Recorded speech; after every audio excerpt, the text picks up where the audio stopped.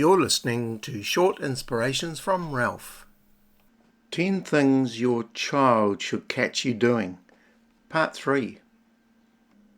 Here's the fourth thing out of 10.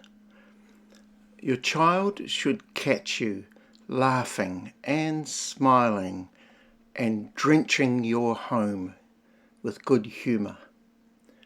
Someone said laughter is the language of the soul. There is something healing about laughter, and a kid gets to know that everything's all right in the world when there is smiles around and their little hearts are cheerful.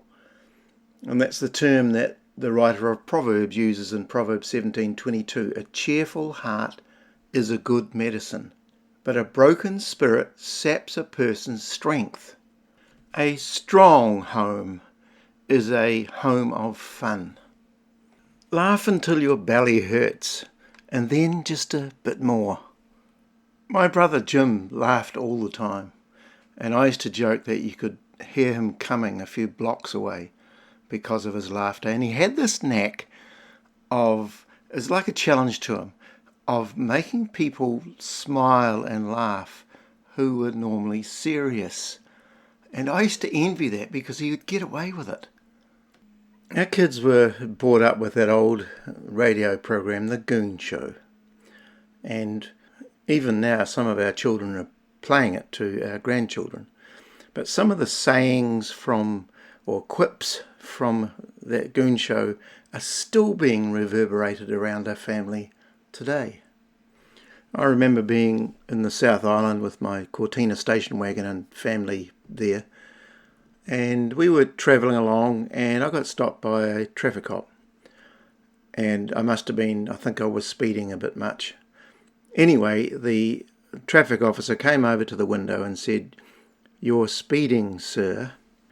And every now and then my children would say that to me, "You're speeding, sir." And it's not so much a jibe, but it was really just a bit of fun. The kids were all brought up with board games. We would sit round the table and just play all sorts of board games and card games. And to this day they're still doing that, and it was sort of like an arena of fun. We would go outside and play games in the yard, cricket games, basketball games, all sorts of things that we did to create this thing called fun. Number 5, our children should catch us guarding our homes. What do I mean by that? I mean that we as parents or a parent become the guardian of our children's little minds and the stuff that comes into their systems. Screens and TVs and computers are great tools. They can entertain us, educate us, help us even to relax. But also they can welcome pure evil right into our homes. And our children soak in whatever is offered. And the question is, if there are things in a movie, etc., that I wouldn't want my children to see and hear, then why should I myself allow it into my own heart and mind? Listen to this from Paul, Philippians 4:8, summing it all up, friends. I'd say you do best by filling your minds and meditating on things true, noble, reputable, authentic, compelling, gracious. The best, not the worst. The beautiful, not the ugly. Things to praise, not things to curse. When our kids were very young, we used to, in school age, we used to restrict their screen or television time, it was more in those days, during the week, particularly when they were doing homework.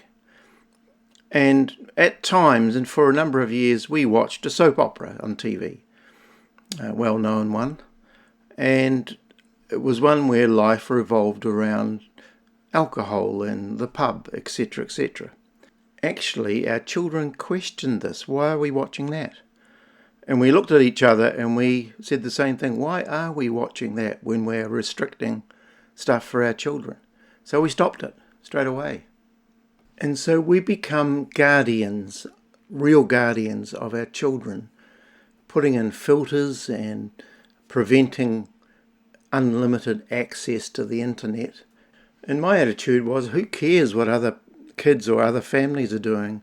This is what this family is going to do. God bless you today.